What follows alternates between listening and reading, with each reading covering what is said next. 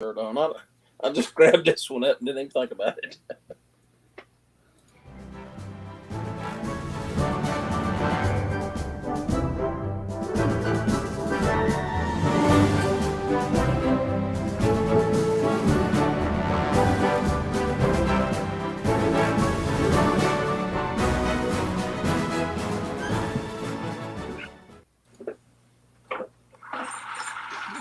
Hey, everybody.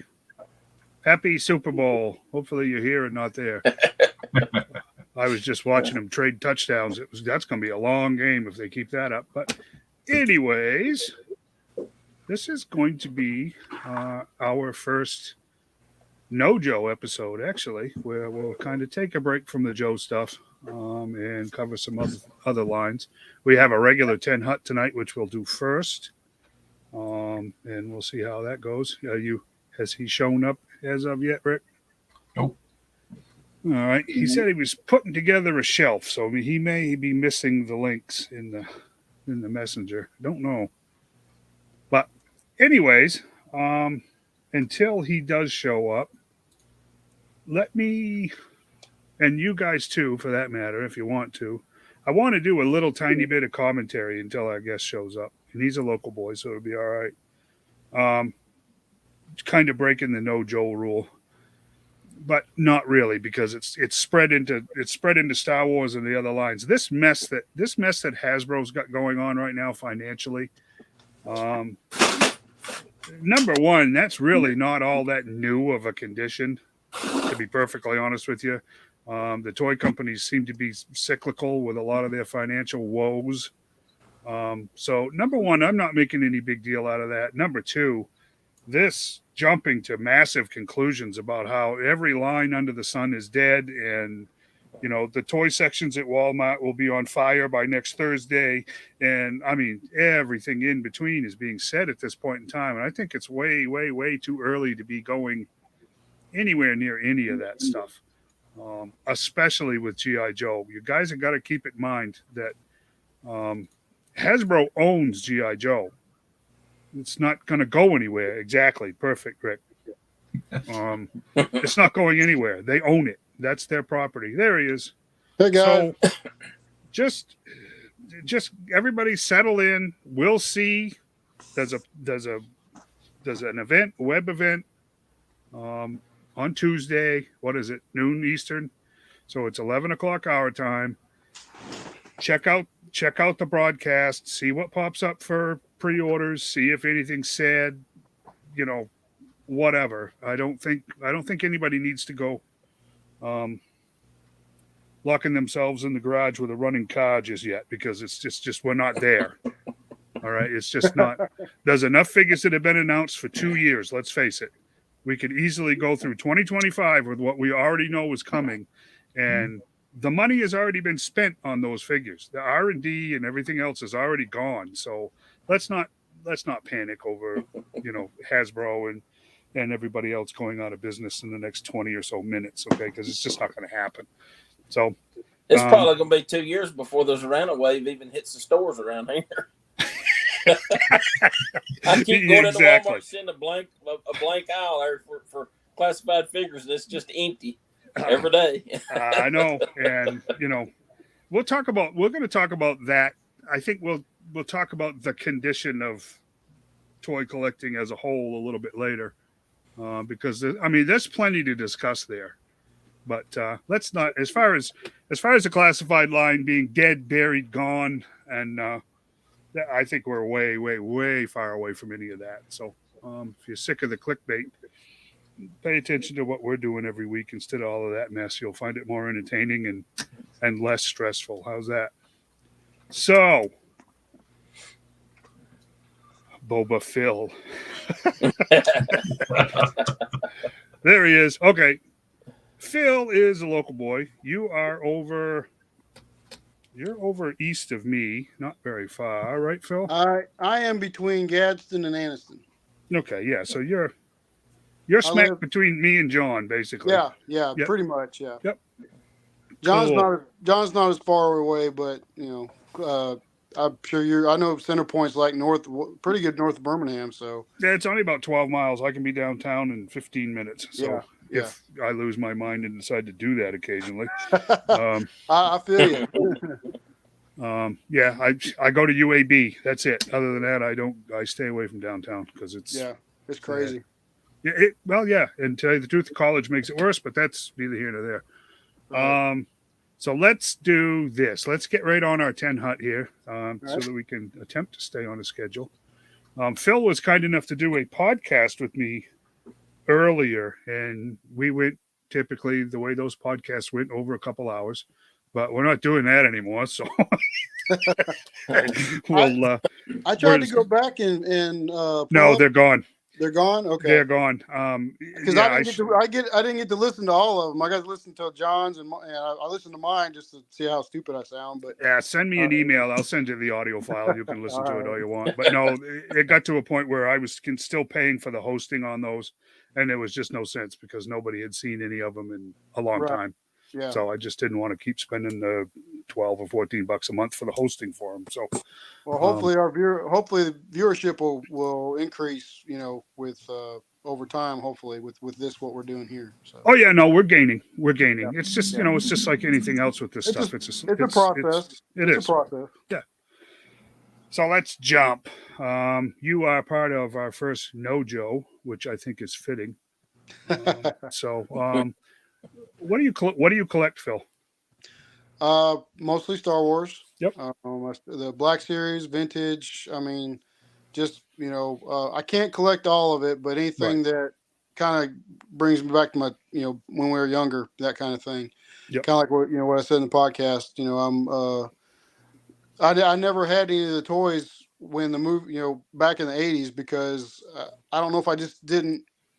Bad timing or what. We moved around a lot, so I didn't really have a chance to really, cement myself somewhere to, collect them. But I had friends that had them, and we played with them and that kind of stuff. But yeah, I just pretty much Star Wars stuff. But I'm branching out into other stuff too. I'm doing some of the NECA Universal Monsters. Oh, cool. Yep. That kind of stuff. I still like Transformers. I still like G.I. Joe. I have a few, Right.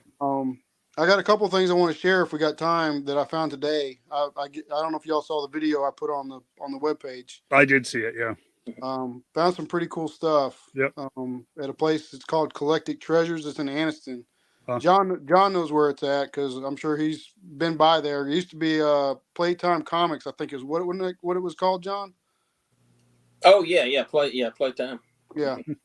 So, cool. But it's in the same building that was in. But yeah, I'm mostly Star Wars related. Yeah, stuff. Cool. Yeah, we'll play it by ear on the rest of it. Just feel free to hang around when the 10 hunt segment's done. We'll see where we end up. Right. Don't want to go over. Yeah, no. Number 2, you a hero, a villain, or an anti-hero guy? Who's your preference? I kind of lean towards the anti-hero. Yep. Because depending on the situation they're put in, they could do something good, but they kind of have their own creed or own, way of doing things. Right. That's why I like Boba Fett, because he captures bad guys. I mean, or whoever's willing to pay him to capture somebody, whether they be good or bad, he's he's the guy. So. Yep. Yeah, he's a character that has definitely morphed over 40 years. Into so much more than he was ever intended to be.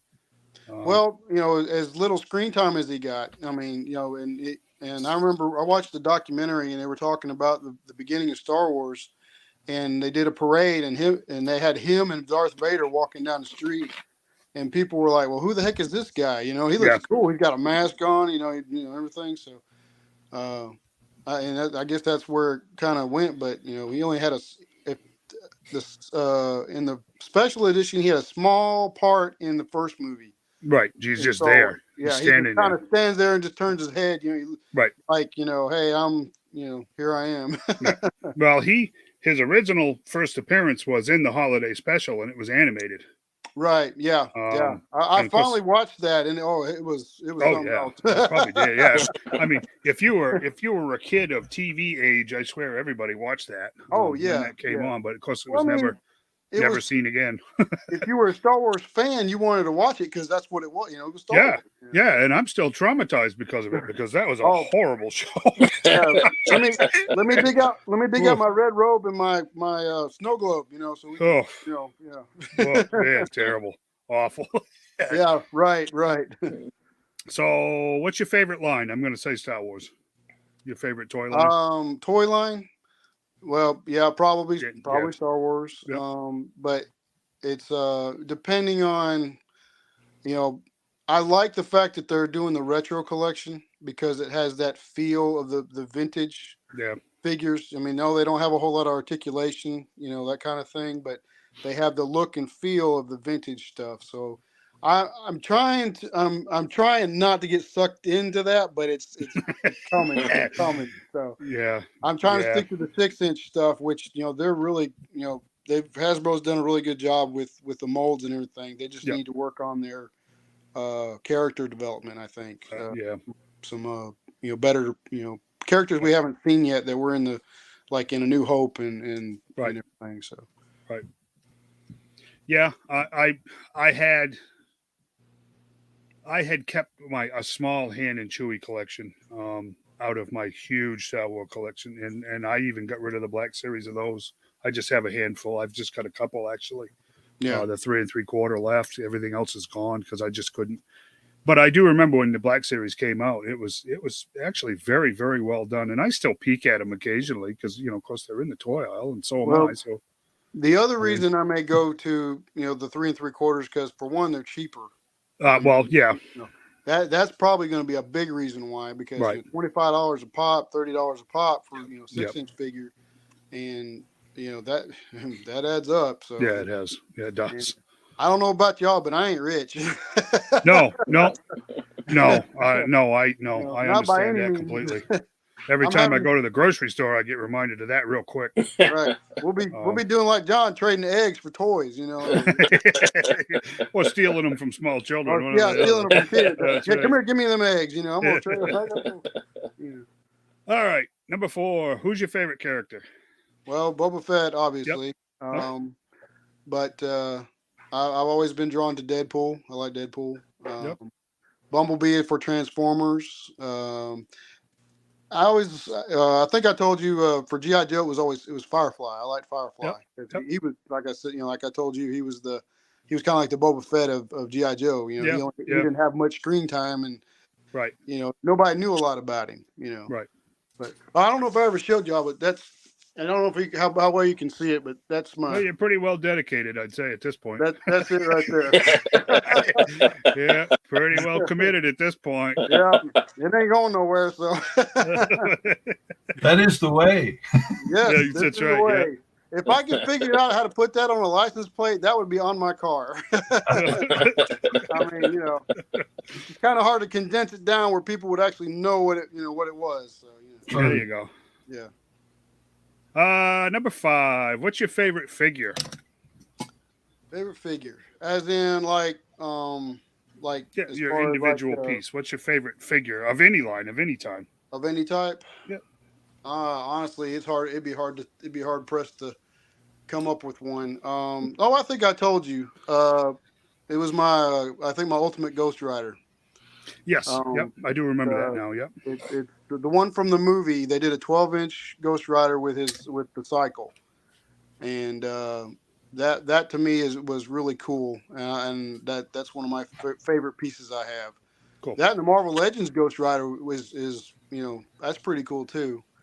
But yeah, as far as like singling out one figure, that's kind of hard. That's there's a lot of them out there. I like those Universal Monsters that NECA has done. Those are some really good sculpts, and they've also incorporated the turtles into that too. Right. And I've got a couple of those. So nice. But yeah, just it's hard to single one out. But that's one of my favorites that I have is the Ghost Rider, the ultimate one. Nice. So 6 is your favorite piece in your collection. Is that your favorite figure? Are they the same thing? I mean, that's hard because some guys do figures and some guys do vehicles and some guys. Yeah. Well, my favorite piece in my collection, I have a vintage Boba Fett. Cool. 3 3/4. I got it back when, before prices started, going through the roof. Right. I think I paid $50 for him, $65 for him, something like that. Yep. And I believe I got it at a toy show. I think it was one of the Toylanas that I actually went with John, I think, and I picked one up. That and the Boba Fett Unleashed. It's like him flying out of the Sarlacc pit. Yeah. That to me is a really, that's a cool, Yep. that was a cool sculpt and everything. Yeah, I had those that. Unleashed figures are really good. Yep. Yeah, I had that. My boys have got all the rest of the Unleashed figures in their bedrooms on their bureaus. So I gave $20 for that one. I was like, hey, nice. That was a good deal to me. That was a good deal. Yeah. Yeah. Absolutely. What's your current Grail piece? What's the piece that you're really seeking out?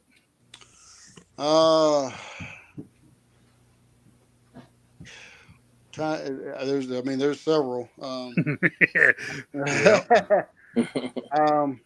I would really like to have the Max Rebo band, and I think John picked it up not too long ago. That and a vintage Jabba. Yep. I know he picked up the playset and everything not too long ago. I always thought those were cool. I like to have that so I can display it and everything. But the Max Rebo band, as in the 2-packs that they did. No, I'm talking about vintage. The originals. Yeah, the originals. Yeah, size noodles. I actually have one of the 2-packs from the Power of the Force. Yes. I have Nice Noodles and is it Ja Yowza? I think is his name. Yep. The little furry dude. Yeah. Yep. I've got that 2-pack, and cool. Those are actually going up too because I paid like $20 for that. Yeah. I couldn't find it for cheaper. Right. Yeah, some of that stuff is just stagnant, and some of it, surprisingly, is pretty valuable. That's been a funny line.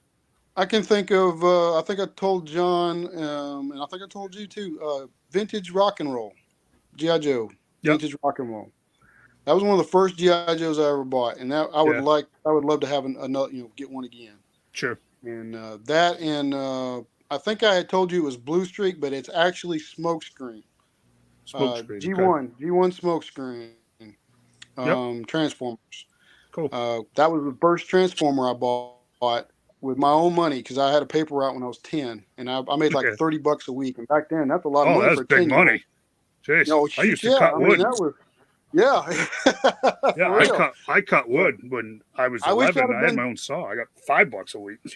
I wish I'd have had a financial advisor at that age because I was feeling what kind of money I'd have now. Yeah.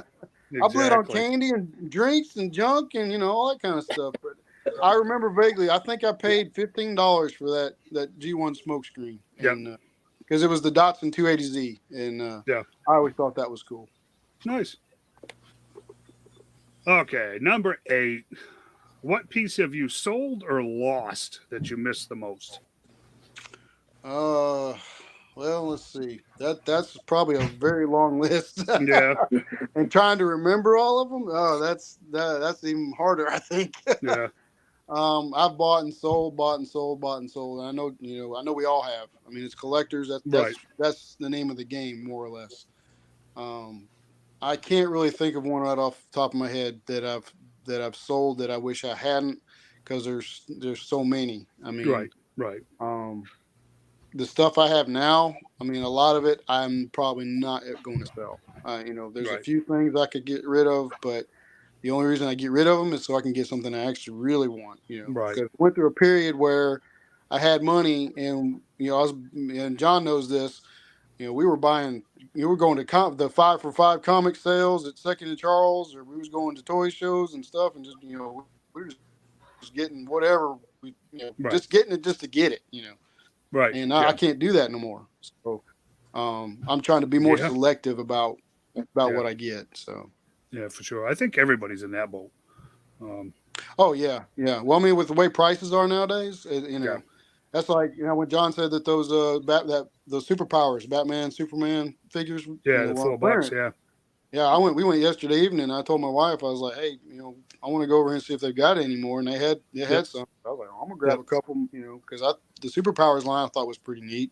McFarlane. I love the originals. Yeah. Yeah, McFarlane did a good job with the sculpts and everything. So I was like, well, I'll get a Superman and Batman, because to me, the newer stuff, the storylines and everything are ridiculous. Yeah. But the vintage stuff, the style of it, that's what that's what we grew up with. That's what we know. That's what we Right. remember. Right. So I didn't feel bad about doing that because they had that feel. They had that look. Right.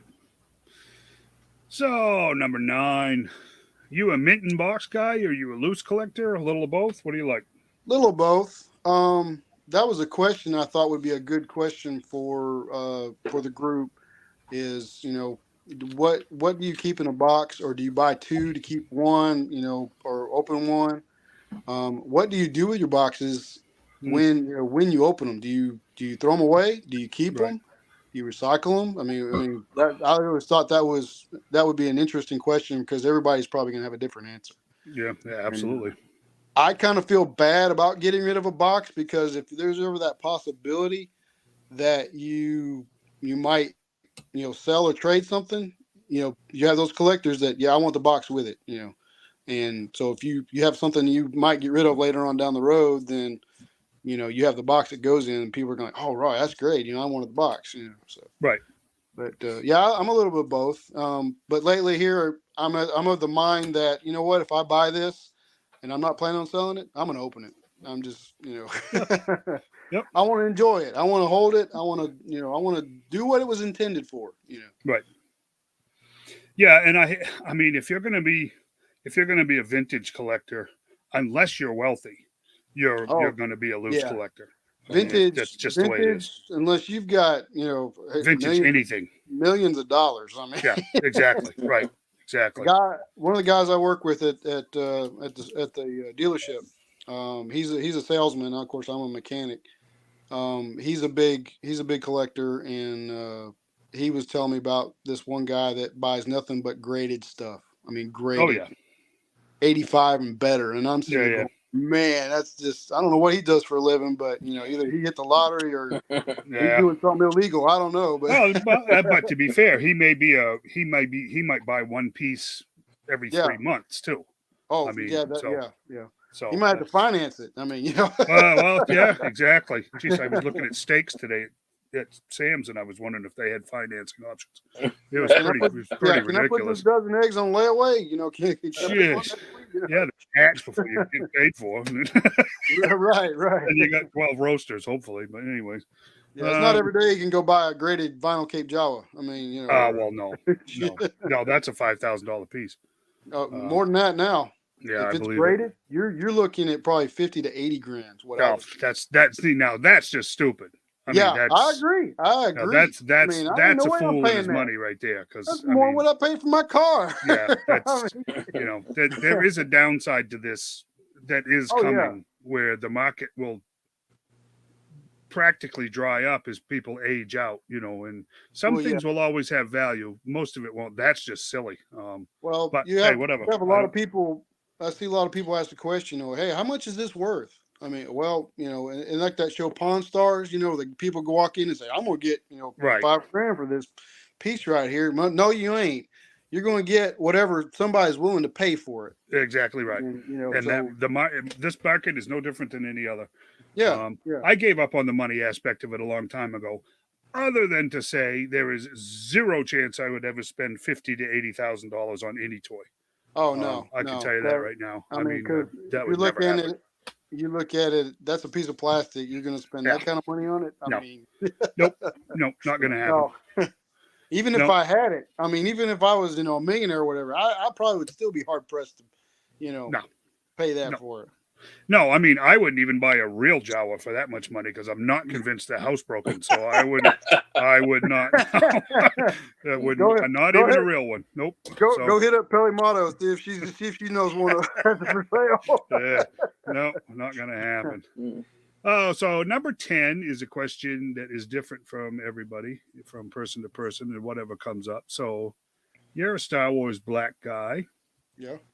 And we did get, for what, The Force Awakens, we got the TIE Fighter in the black scale, right? Like the 6-inch? Yeah. Yeah. I knew there was that one, and it seemed like there was. They made a snow speeder, right? They made a snow speeder. So. Yeah. They made a land speeder.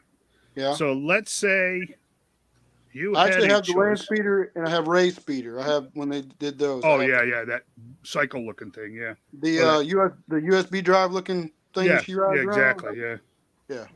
So if money wasn't an object and Hasbro came up with another HasLab for a 6-inch, a Black Series 6-inch vehicle, what would you want them to make?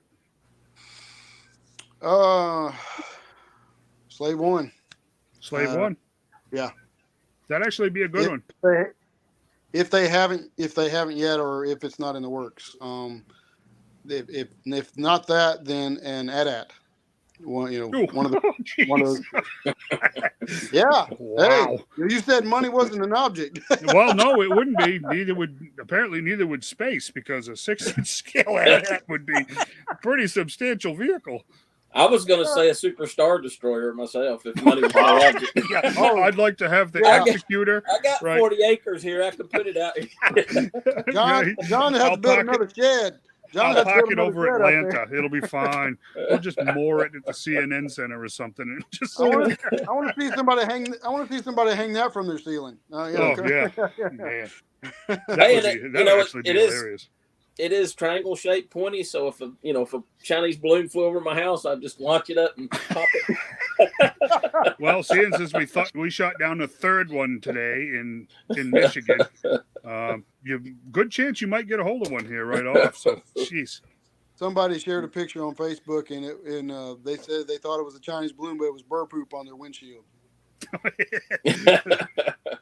Somebody's making custom Chinese balloon decals for the new Sky Striker. Did you see those?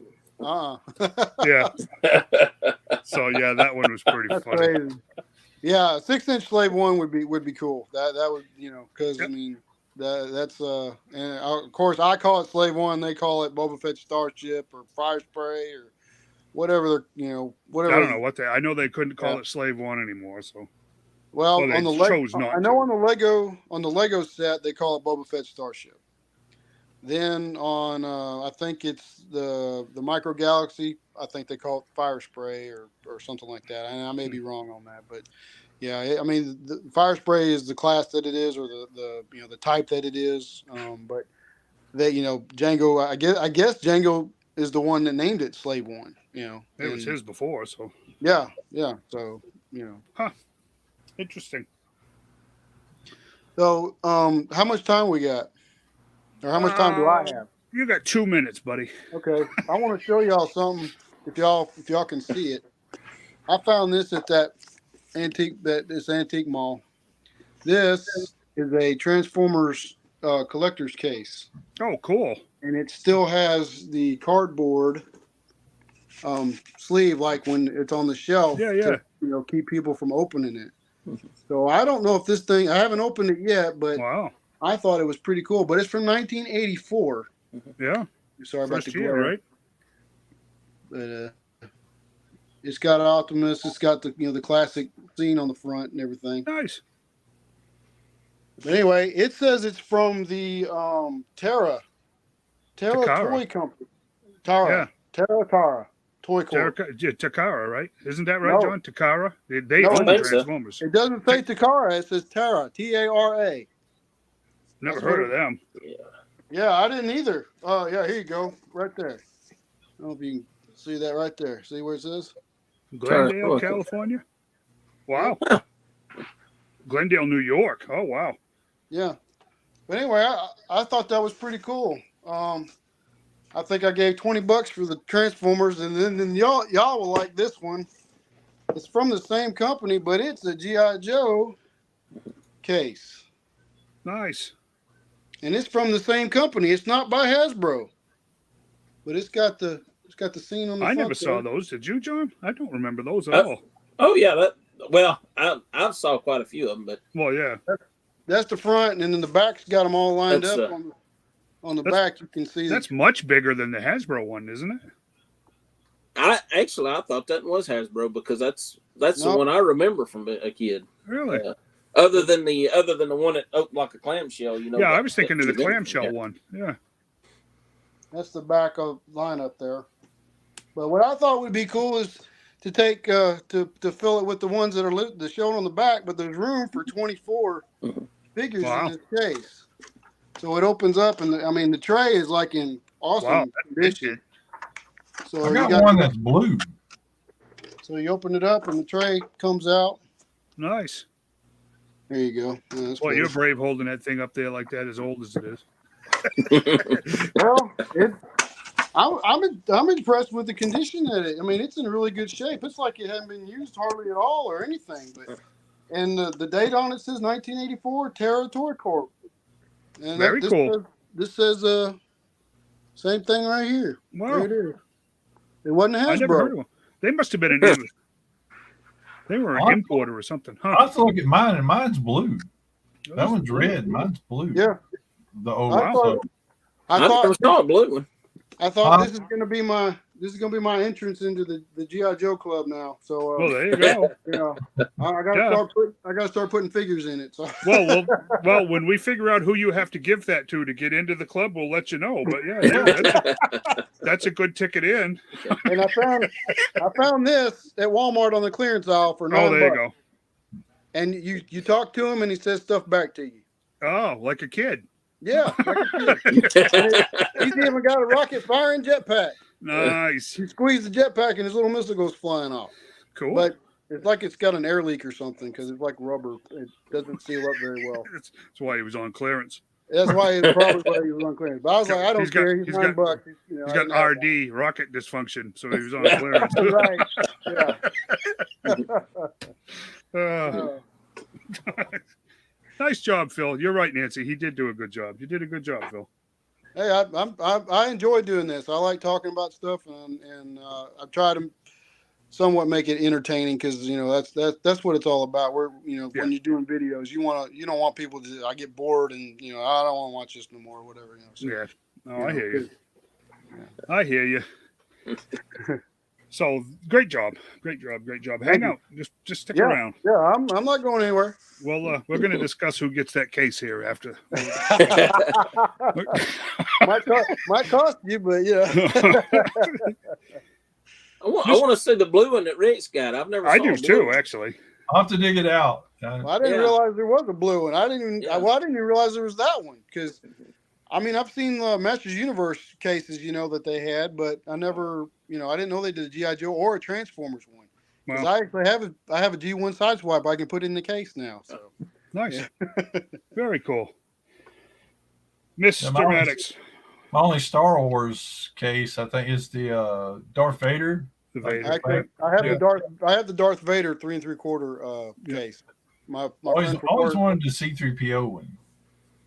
That one was all right. I saw one of those not too long ago, and I think it was like $20. Yeah. If I remember right. Was it the original that was actually the chrome? I think it's the one that came during the special editions, like in the Power of the Force era. That was like the gold marbleized plastic. Yeah. It wasn't like the chrome. Yeah. I was the talk too. original because this, the chrome kind of stuff. Yeah, cool. the chrome right now would probably be peeling off or flaking off or being that old. I've got figures and stuff that are that old that aren't like, I don't know, a friend and I was talking the other day about our Super Troopers, the mail-in GI Joes. Mm. The chrome's still on all of it, just fine and stuff like that. And then my Sky Patrol Shark, chrome's still good on it and stuff. So I guess it just depends on what you put your toys through in case. Exactly. A lot of it too is climate. If you got it in a air conditioned or somewhat temperature controlled room. Yeah, exactly. It shouldn't affect it too much. Well, a lot of vintage R2s are lose their chrome finish on them. Yeah, my stuff's stored in storage buildings without climate controlled, and where the bugs crawl through, and I should be ashamed of myself actually. And I go through it periodically just to be sad at what got broke. I'm doing my climate. I got the ceiling fan going, and then I also have my propane heaters going or kerosene heaters going. So nice. Well, what do you got, Mr. Maddox? What's going on this week? Well, I knew Philip probably talking about Star Wars, so I figured, hey, if we're doing a no Joe show this week, then I'd go ahead and touch on some Star Wars, and so that's why I put on my Marvel shirt so I can make it extra confusing for everybody. I was sitting there thinking, well, I probably should have wore a Star Wars shirt. Anyway, yeah, so I thought maybe we'd look at just some of the variations from some of the Power of the Force 2, the ones that come out in 95. Yep. Good Lord, if you go back to the vintage, there's so many variations there, depending on what factory they were produced in. The color would be different and all that. So obviously, when people think Power of the Force 2, the first thing they think of when they think variation is probably the Jedi Luke with the brown vest. You had the brown vest or the black vest. So I went ahead and brought that one up because I cannot find mine. I don't know where they're at. I'm missing a case because I use these. I got my Power of the Force 2 in these Play-Doh fish and tackle box cases.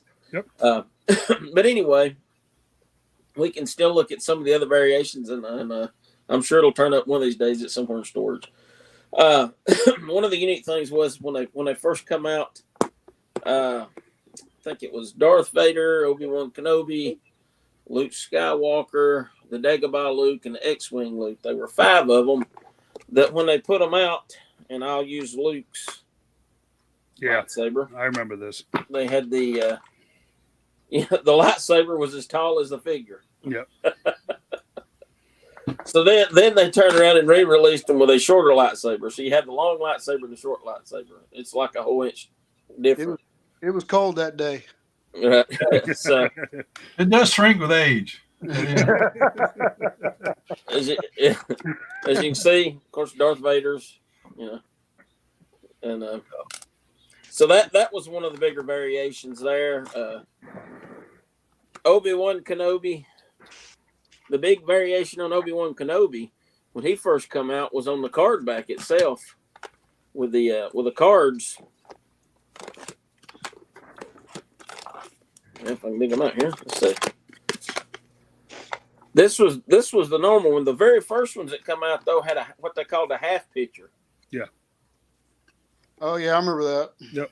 And these things I remember because this was 1995, and these figures were about I think $3.96 a piece, something like that.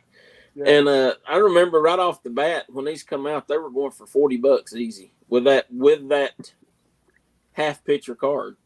So that back in '95, that was big money for action figure. I thought, man, $40 for that. Yeah. Some pretty interesting stuff there.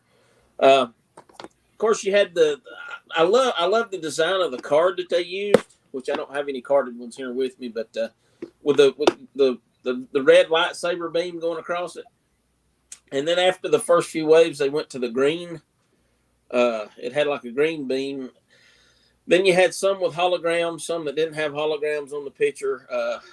But there was a transition period there that had like the Jawas and the R5D4 that actually they come out on the red card first, and then they turn around and come out on the green card. Yeah. And then you had some, like I said, then you had them on the red card with a hologram, and then you had them on the green card with a hologram. So some of those you had like 4 different variations on just on the cards themselves.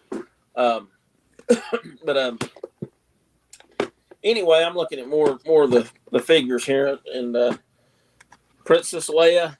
I know monkey face. A lot of people. Back at the time, these were really, these were really awesome figures. Yep. Of course, now they don't get a lot of love like they did. No.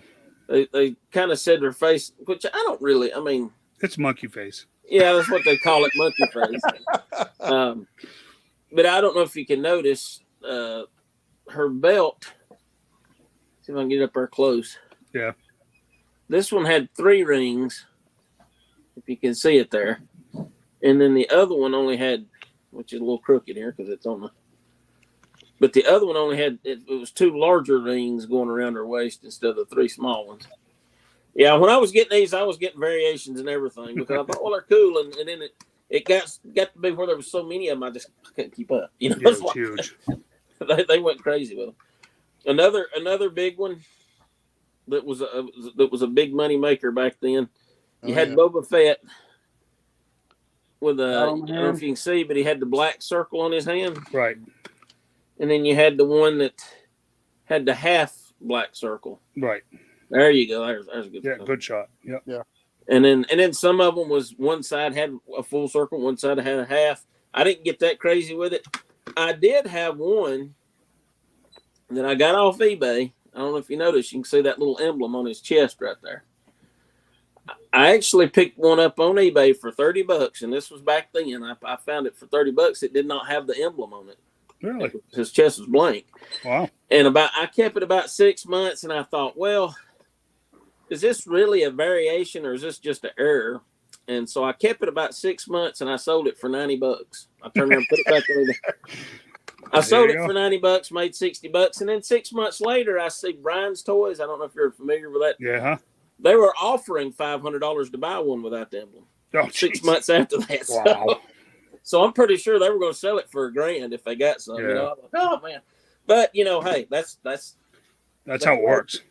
And the way you got to look at it is, yeah, I could have made $500 off of it, but I did make 60, so I still made money off of it, so I can't complain. You know, that's kind of how you have to look at those things. You know, but yeah, that was one that I kind of wished I'd hung on to because I even looked to see what it's even worth or if anybody's even got any for sale right now. But anyway, move along. Let's see what we got this one. They put out a Millennium Falcon carrying case. Yep. I don't know if you remember that. Yep. And it come with Wedge Antilles. That was the only way you could get Wedge. Yeah. Exactly. And at the time. You know what? Let's see. These two are exactly the same. I thought I had the variation on that. Apparently I don't.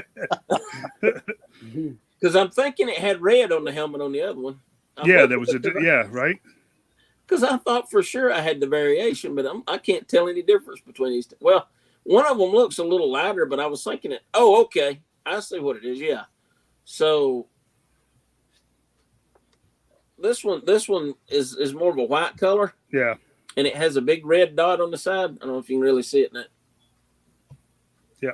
And this one's more of a cream color. I don't know if you can really. My lighting's not that great in here. I don't know if you can really tell the difference. I was thinking there was a little bit. I was thinking there was something with a holster too. But anyway, so you had Wedge that come with a Millennium Falcon carrying case, and like you said, that's the only way. That's the only way you could get Wedge for a long time. That was the only way. I did like the Princess Leia collection. That was pretty cool. Cloth goods on those. Yep. I thought those were pretty cool because you had the and like the Luke with the ceremonial had the cloth jacket and her gown, and I really liked the indoor one. Yep. It's pretty cool. But, all right, moving along. How we doing on time? Oh, you're doing good. Gosh, I'm just getting. I got a lot more to have to show here. Right? I got a lot of time left. Okay. Another big variation was the blue pants. Yep. Han with the indoor, and then you had one with brown pants. Yep. And I think when they re-released him with the freeze frame, I think the brown was what they ended up going with. Don't hold me to that, but I believe that was the one they ended up going with was the brown one. And it was interesting because they did. I did like, we got a lot of the same characters that we got back in the 80s, and then they threw in some of the new characters from the special edition, like the droid from Mos Eisley. Yeah. If you recall, he was a CGI'd in one of the scenes. It's at AS. What was it? AS7.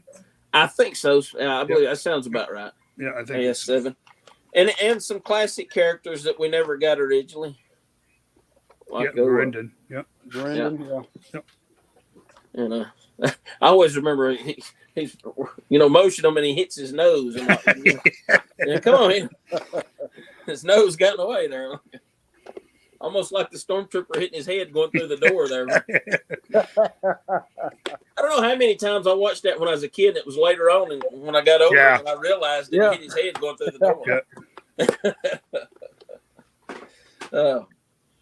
Oh, somebody's blaster. I think that's Hans. and apparently the case that's got my Luke Jedi also has my Fruit Loops Hun in it.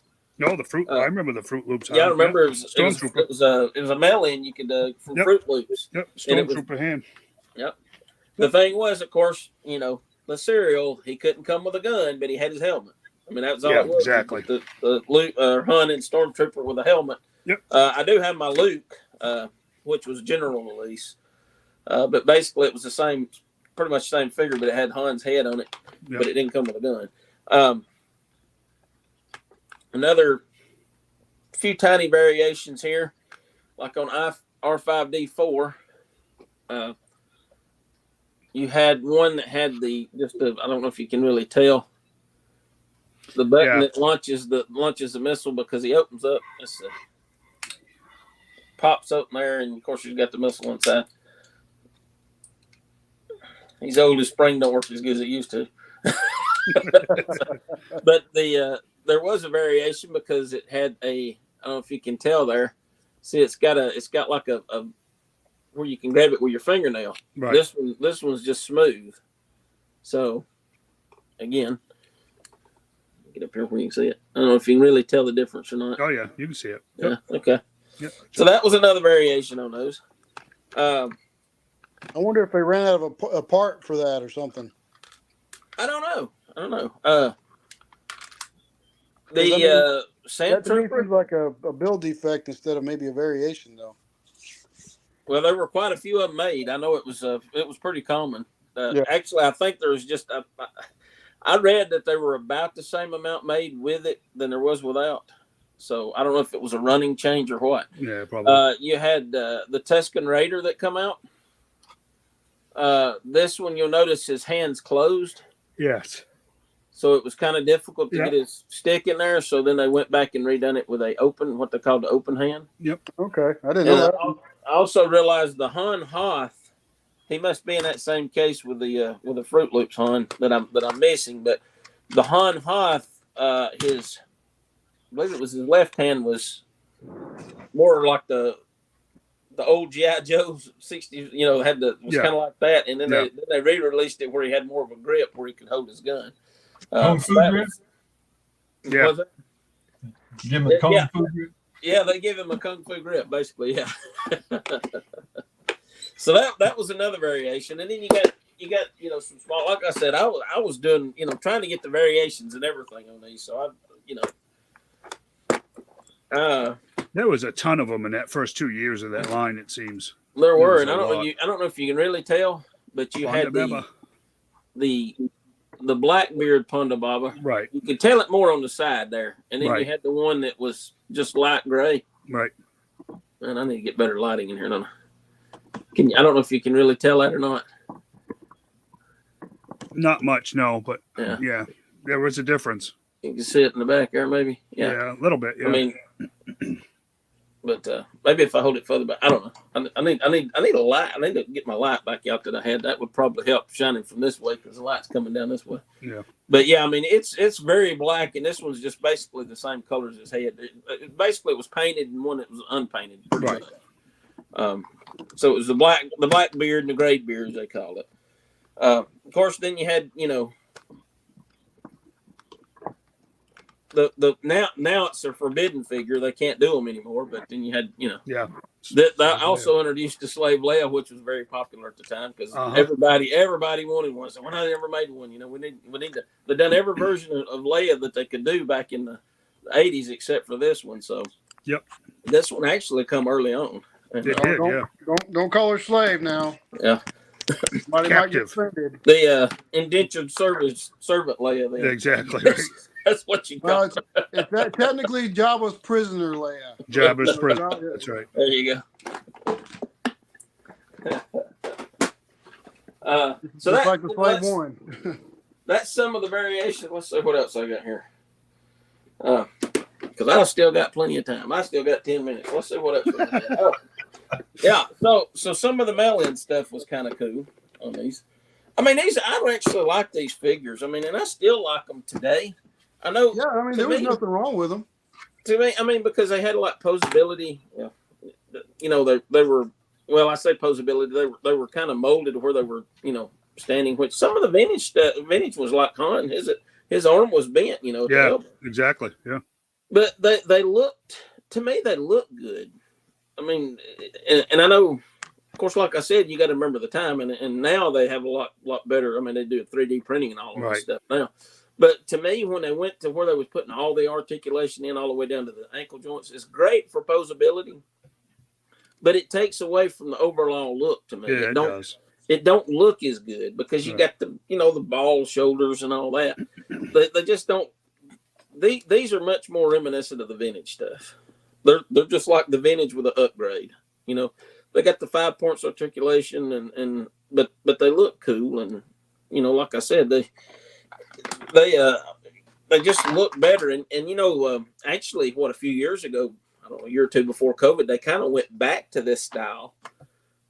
They still had like the 3 3/4 inch Black Series, which had the articulation, but then some of the general release stuff was just basically with the 5 points like these were. Yeah. And I don't know if you remember, this was a club exclusive, the Bomar Monk. Oh, yeah. I remember that. And, that's a cool figure. That head is really cool. Yeah. That would be a good 6-inch, maybe exclusive or something. Yep. Yeah, I'm surprised they haven't done that in a 6-inch. They may have. Maybe I just don't. I don't. A lot of people don't know what they're called. Yeah, they don't. They call it the spider everything. grid or something. That's the thing about it. It don't matter if they only had like a second of airtime in the movie. Lucas had every character name. Every one of them had a name. And the only ones that I know of to date that have never seen plastic is the Tonica twins. I remember you telling me about that. And there's a rumor is at best as to why there's some kind of legal thing with those actresses in the real world that somebody had said that they had done some adult videos in Great Britain, and Lucasfilm said, absolutely, we will never make those figures, and they have not. So that was the rumor mill, but they never officially commented on it. But every other character in the Cantina has been made except for those twins, and they will never be made. If somebody was to do some custom ones, you know, or 3D print them, they'd probably make a killing off of them. I'm sure somebody probably has. Oh, no doubt. yeah, I'm sure they've done custom. Yes. You recall this one, Dave? Yep. Yeah, I sure do. Is that Spirit Force Obi-Wan or Force Anakin? It That's was Spirit Obi-Wan. It was the first Spirit Obi-Wan they done, and it was a mail-in offer. Yep. And he's solid from the waist down. He's got 3 points of articulation. Right. Yeah, and I'm not really sure those were supposed to have been articulated. I'm not sure because my head comes off when I twisted it. But I mean, it does. I mean, it goes right back in. Yep. But you recall what you had to buy to get this? No, I can't remember. No. Frito-Lay chips. That's what it was. Yep. And I ended up ordering about 12 of these. I ate chips for weeks. I was gonna say, how many bags of chips you go through? You had to get like 5 or 6 bags to get one. And I remember going around buying. I said, "Oh, these," you know, I thought, man, these might be worth something, you know, because you see some of these mail-in things. So I thought, hey, I like chips. It's an easy way to get them. So it's the only figure ever sold that necessitated a bigger belt. I don't know why they get. I only got 2 of the Huns and the Stormtrooper, and I love Fruit Loops. I can't figure out why I didn't get more of those. That was a real short run, though, wasn't it? Again. I think so. It didn't stay out very long. Yeah, the Kellogg's run was really short. That was a real short window on that. On that. The Frito-Lay, I think they stayed out for about a year. I believe. Yeah. You know, another interesting character that they did that I really liked. It was kind of an army builder. Was the the Fleet Trooper. The Fleet Troopers. Yeah. And again, like I said, I really like. I mean, not a lot of articulation, but I like the sculpts on them. Yep. And then also we got some really cool figures in number 1. Often when you go to the gym and get that bulked up, you kind of lose some mobility. Yeah, Yeah. because that first Yeah. wave, they were pretty thick. That You first can't put wave. your arms by your Luke- side. Yeah. Luke looked like he'd been doing some steroids or something. Oh, big time. He was, he was like really, Yeah, they found Anadrol in the Star Wars universe. Yeah. Now we know what spice really is, right? Yeah, exactly. They must have been hanging out with Canseco and McGuire. Ooh. But yeah, we saw what I think early in the Power of the Force 2 run, we saw the 2-packs. the purple carded. Yeah. They were the 2-packs come with the comics. Yep. Which you can see there. That's how you got Boba Fett's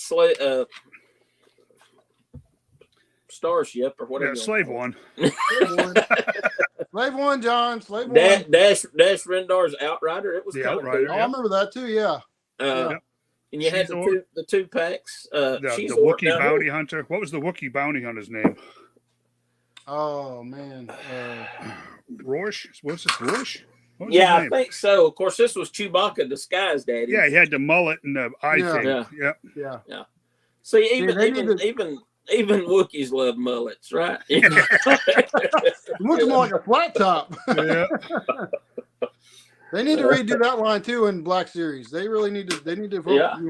They need Yeah, to do you had it had Luke with the. Is that Crimson Sun he was part of, or supposed to be? Yeah, it was Crimson Dawn. Yeah. Crimson. And of course, the Black Sun, I think is what it's called. Black. Of course, the bad guy. Shizor, right? Shizor. Shizor, yeah. Shizor. I always tried to figure out how to pronounce his name. And the carded one come with 2 of these. Yep. Now I'm going to tell you something, and people will say that it wasn't for real. A buddy of mine, he was in Walmart and he saw the first case he saw in the store when they come out, and he told me, he said the one they had in that store that night, he was in there like at midnight when they come out. He said these were red. Wow. And he never saw another one again, and nobody believed him. And he said, "I wished I'd have bought it because nobody believes me." And we finally run into a guy at a like a toy show in a mall, and we were talking about it. And I said, "He swears that they were red." And he said they did put somebody. He said, "I got one." And we asked him, "Can we see it?" Of course, he looked at us like we were stalkers or something. I think we scared him. I think he's afraid we was going to beat him up and take it from him. But so But he swears, he swears up and down that the first one he saw, they were red. And wow, I've looked, people said, "Oh, that was a myth," and they said, "Oh, those were prototypes for production runs." But apparently, one made it out to a store. It has happened before. Yeah. And well, the one referred to as a Pimp Daddy Destro, that was kind of I think they said there were probably maybe 2 dozen of those that actually on the cards that got shipped. Right. And, but anyway, that's those are some pretty cool figures, and then that was off Shadow of the Empire. And then what I like, they went even further with some of the other ones, some really cool ones. We still got some time. Yeah. Like the Emperor clone. Oh yes, yeah. You had the what was it? Dark Empire, Luke.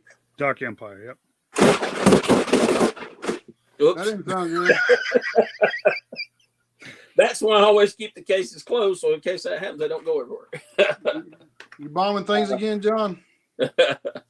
This kind of reminded me of something like Battlestar Galactica or something. Yeah, that was weird. Yeah. Yeah. I've never seen these before. What line are these from? They were the expanded universe. Expanded universe. Oh, okay. I never got any of those. They were Power of the Force 2. He come with like an axe. Yeah. And then and this, I really like this one. This was like a space armor trooper. Cool. Yeah. It was pretty cool. Yeah.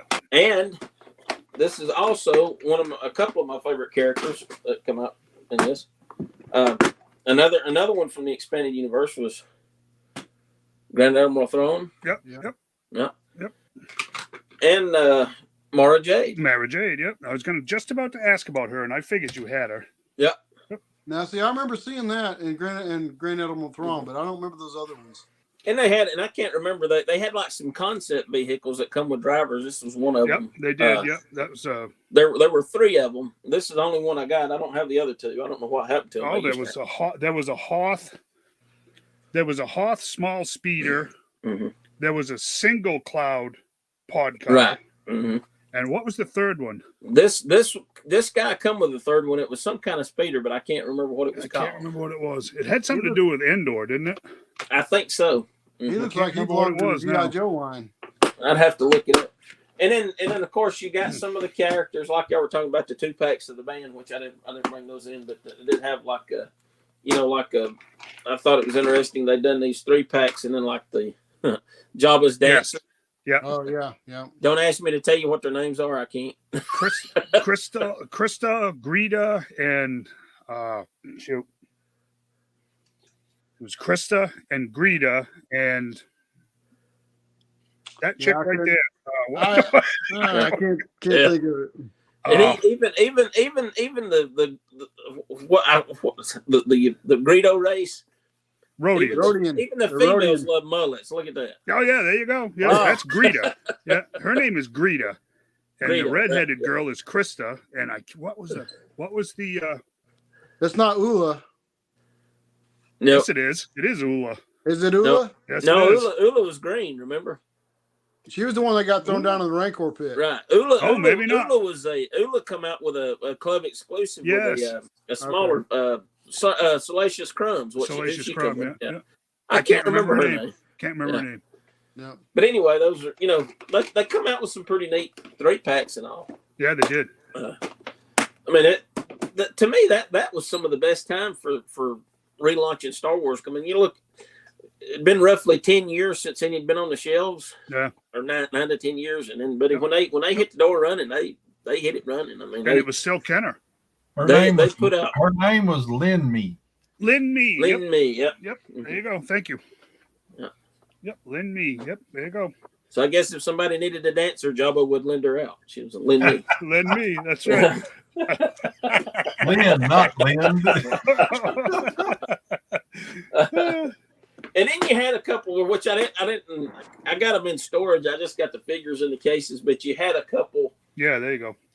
Like Han, and he come with this massive backpack. Yeah, And Boba Fett come with like this really massive backpack. Yeah, I remember them.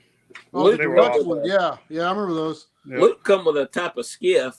Of course, they got the big holes in their back from the plug in there, Right. And but yeah, those were kind of weird. I really don't know what they're going for there. I don't think they sold well, if I remember right either. Yeah. The Jawas. Now I did like the Jawas because the first Jawas that come out, you notice they got the light pocket, light window, so light the tunnel. light. See, you can see their lights, their eyes glowing now. Yep. You can see that on camera. Yep. Yeah, looks good. So I always thought that was pretty cool. R2D2 had the same light tunnel in it. Yeah. Yeah, you're right. Yeah. Yeah. So those are, I thought the Power of the Force 2 were pretty cool figures, and I enjoyed them. I still have them, and like I said, I stayed with it up until episode 1. I got most of the episode 1 figures, and then it just got to be too much, and I finally got some here and there, on and off, but right. I just kind of quit after that. Yeah, but you remember the Midnight Madness sales? Oh, yeah. The stores opened at midnight. I remember being at a Toys R Us. I can't even remember where now, but we were there at midnight when episode 1 figures come out. They had an entire aisle from one end to the other, nothing but those episode 1 figures. And they put out so many of them that when that second wave that had like C.O. Bibble in it, he's still kind of hard to find. But, I remember I had one. Yeah. Those were hard to find because they flooded the shelves with those new ones, and then they I don't know what happened to the second, third wave. I think they short run them because they had so many of the first ones still hanging. Yeah, the closest Toys R Us to me was 70 miles. So I went there and camped out, and it was at about 3 a.m. People started showing up, and you go and we're talking. It was cold. I mean, standing around, and I don't know how there were 4 or 5 Midnight Madnesses that I remember. Right. The 3 movies plus a couple of others in between for special edition re-releases is what it was. Right. Mm-hmm. Right. And that was just an awesome time. I mean, but you want the truth? Back in those days where I was, 80% of the people that were standing there were scalpers. They weren't collectors. Yeah. You know, because eBay was just coming online and everything else, and they had an actual outlet for it, and it just scalping blew up. Mm-hmm. And you talk about the variations. Most of those variations were pretty normal running changes, and they were turned into an extra market all unto itself. Because some of the stuff that they called variants had nothing to do with nothing but a sticker that was stuck on the card. You remember that stuff? Right. So I mean, you know, they did the Jedi Luke. When one of the movie premieres, I think for the Return of the Jedi, they done him on a special limited edition. It was the green card. I remember that. Yeah, a friend of mine, he got one. The first 25 in through the theater doors got one, and I had it. Yeah. My wife was extremely pregnant with daughter number 3. And they actually let us in the back door. She was so pregnant. They actually let us in the back door because somebody caught on that, they're standing outside. And literally one of the theater attendants came over and said, he was like, come with me. And he took us around the back of the building and in through the fire exit. Wow. And got us seated. And I said, technically in the first 25, do I get my figure? And he goes, yeah, wait a minute. He gave me one. There you go. Yeah. So now you give everybody a good idea when there was a limited figure like that. That was the whole reason you took her, right? No. Nope, not saying that at all. Be careful. Don't get arrested going up to a pregnant woman and say, hey, would you like to make some money real quick? Would you go to the movies with me? Nope. She might get the wrong idea. Yeah. Or her husband might get the wrong idea. No, it's funny because I look back on my Star Wars collecting as some of the best because of things like that. Because it just seemed like there was so much going on, and the companies, Kenner and Hasbro later actually cared. They actually cared about the collectors. And I haven't seen anything like that in a very long time. It's kind of sad, but thank you for those memories, because that actually brought back a lot of memories. Very nice. I think that's like the half picture Obi-Wan Kenobi, the half circle Boba Fett. Right. I think the reason those were so sought after is because, like you said, eBay really didn't get started really picking up until about 97. Because I remember joining, I think April 97 is when I joined, and there was like 1,200 users on it. Exactly. I mean, it was brand new. Yep. So you're talking about 95, 96. When those figures come out, there was no. I remember getting like magazines. You mentioned one in one of the other webcasts, the big. Yeah, it was an antique. Yeah, it was Toy Shop. It used to be called Toy Shop. Toy Shop, and that was your outlet. And they were antique dealers. Yeah, right. That have auctions and all in the back of it. Exactly. You could actually call on the phone and place your bid on it. Yeah. And that's what people used before eBay. So it was a lot harder. eBay really opened up the world to vintage. I mean, toys and like vintage stuff, because it's huge, so easy to find it now. But I mean, some of it depends on what it is. Well, yeah, but it was an absolute gold mine, because if you scanned eBay long enough, you were going to find something that you hadn't seen since childhood, and it was. I'll say it, as weird as it sounds, it was literally magical to be able to see and find things that you hadn't seen in decades. And wow, people actually still had it. It did exist. And it replaced the Sears wish books too. Oh, big time! I'll sit there and scroll for hours just looking and wishing. Yeah, exactly. Yeah. You can sit there and watch it all day long without having to buy it. Yeah. Very nice, John. Thank you for that. Actually, that was very cool. Very cool. Even if my memory isn't all that great anymore, thanks for reminding me of that. Sometimes we need to look back at some of the stuff we looked at just to remember. It's been a while since I looked at those. I got some vintage Star Wars, and I thought, Power of the Force too. Yeah. I got those in cases. I can bring them in. We can go look at some of the variations, because, like you said, there were a lot of variations early on. Yeah, that first 2 years. This one was the one where you could get Owen. That was the only way you could get Owen at the time. Yep. No doubt.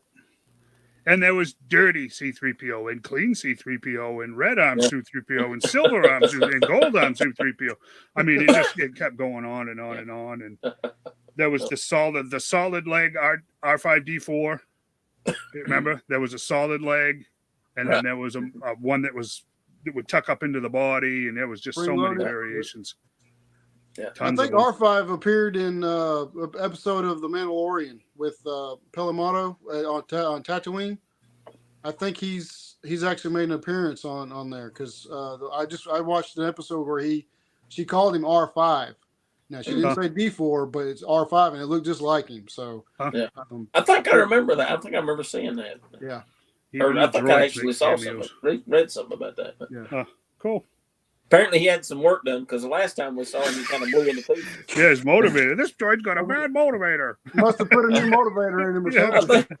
I think R2 had something to do with that, just so he could stay with C-3PO. Well, you know what the ridiculous thing is they did a Star Wars Tales comic on R5D4, where R5D4 was actually the first droid with Force powers, and he sensed in the Force that R2-D2 was meant to go with Luke, so he blew up his own motivator using the Force so that the timeline would continue as it was supposed to.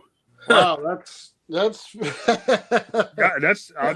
I'll dig it out and show it to you. It's the strangest story you ever read. Wow. But that was in one of the Star Wars Tales. They used to do that comic. That's a good story. I mean, that to me is that, I don't see droids being Force sensitive, but that R5D4 was the first one, and he blew himself up, and nobody knew it. Wow. Suicide by Force. Droidicide by the Force. Talk about being self-destructive, right? It was for the greater good. that was the moral of the story, right? Yeah. He sacrificed himself. That's right. What do you think, Rick? What are you going to do? Oh, well, that's always a loaded question for me. But let's stick with a decade, okay? Maybe a little bit later, earlier in the 80s. Did anybody play D&D? I did not. Not back then, no. I know it's got a resurgence coming through apparently. Yeah. A lot of buzz on it. I had originally, Hasbro sent me a link to all the pictures of all the Marvel Legends and stuff that's been released and stuff. But every time I start my Instagram or something like that, that's the first thing pops up. So everybody in the world is talking about that, or like the little meme picture I made, the G.I. Joe line's doomed. Right. So, that's why I found a Crazy Street Preacher picture and changed the words around just to kind of match these people that every so often, I think they just get bored and go, hey, let's just start these rumors, because you can do that nowadays.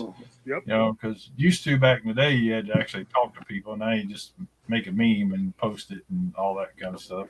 Anything. But anyways, I tried to find my vintage figure. I'm having some of those John setbacks here, but get ready to find something. It's like, okay, where it's at. So, because I got a nice little score in the wild, and I was very happy.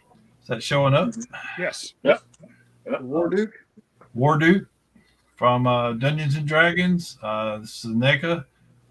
This figure is an extremely detailed and pretty awesome picture. Figure. That was done by NECA? Yes. It is very solid. Very nice. Its articulation is pretty good, especially for NECA. My problem is if you'll see right here to the side, there's a little loop where this is supposed to attach. It actually has a chain, but the loop's missing, so it's not attached. And if you'll notice something, it didn't. That blade don't stay in there, and it's got a sheath over here to the side by the shield. And the blade won't even go in there. It's got a flame effect that goes across the blade. I guess I'm going to heat it up to get it to go in there. I mean, it's no stranger NECA's no stranger to having to take a hot bath before you do anything with the figures because they're bad about breaking. I haven't opened any of mine. I haven't opened any of my NECA figures yet, so I haven't experienced that. I mean, I have to.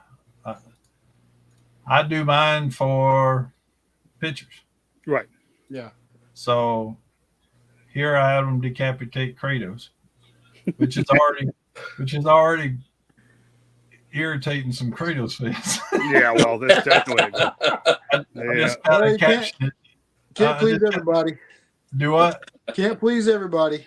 I know. I just kind of captioned it that he should have stick to fighting gods. So because he did pretty well with that. But yeah, they NECA figures make outstanding for toy photography. Their detail, their paint apps is usually pretty good and all that. I mean stuff. And luckily, the local shop where I found this. The young lady that works there does custom action figures, and she was really good about helping me scan through the figures they had for defects and anything like that for good paint apps and stuff. So I got the better of the three that they had. So nice. Yeah, they're not giving these things away anymore. That's for sure. No, yeah, NECA's gotten. So, I'm extremely happy with that. I don't know if they'll create the rest of the line for that, but I've got to find my vintage because I need to find my vintage to go with that. But yeah, I was happy to find it, especially in the wild, because I'm one of those people that really try to keep my money local if I can. So I scored some pretty good scores at the Deep when I was up there. Yep. About earlier in the week and stuff. And to be honest, I had such a crazy week. I don't even remember what I bought. So I mean, my credit card does, but I do not. Yes, exactly. But credit card always knows. yeah. MasterCard tends to just have a good memory. It's like being married, having a wife to always remember all those little details. Yeah. But my segment is really going to be about some of the releases, but honestly, it's just everybody is such a buzz about stuff. That whole Marvel Legends line. There's only I just want the comic book characters that are in it. I think there's 3 or 4 of the comic characters. They've got a re-release of the Ultron, which is basically the re-release with a new head swap. But I like the head swap. So, and you can't. Ultron's basically an army builder, so you can't have too many Ultrons. Sure. He clones himself and everything else. Then they got that Crossfire guy, but I've never even heard of him, stuff. But the figure looks pretty cool. Then they got an Egghead guy. Yeah, I saw that. Yeah, I did too. I saw that guy. The head swap and a few decals. He's going to make a great Cobra scientist. Exactly. That's exactly what I thought when I saw Dr. Venom. I thought about Dr. Yeah, exactly. Venom. Yeah, exactly. I mean, is that an actual guy, Dr. Venom? Oh yeah. He was big in the original comics. Never heard of that guy. Okay. Yeah, he was in the first 10 years of the comics. He's the one he blew up with General Flag. What didn't he in the comic? Yes. I think. Yeah, he killed Twin. Oh yeah, he almost killed Snake Eyes multiple times. He invented the brainwave scanner. That's what I remember him for. Oh yeah, he was big. Dr. Venom was big. Yep. I was thinking in the comics, so Egghead was a little chubbier. I'm gonna have to go back and look. Yeah, might have been, but the figure's nice looking. From here down. Yeah, he was. He's a little bit more, on the dad bod kind of size than a little robust. So he wasn't a stranger to a buffet or two. Of course, back then you really didn't have buffets. You really think about it, buffets ain't been a thing for very long.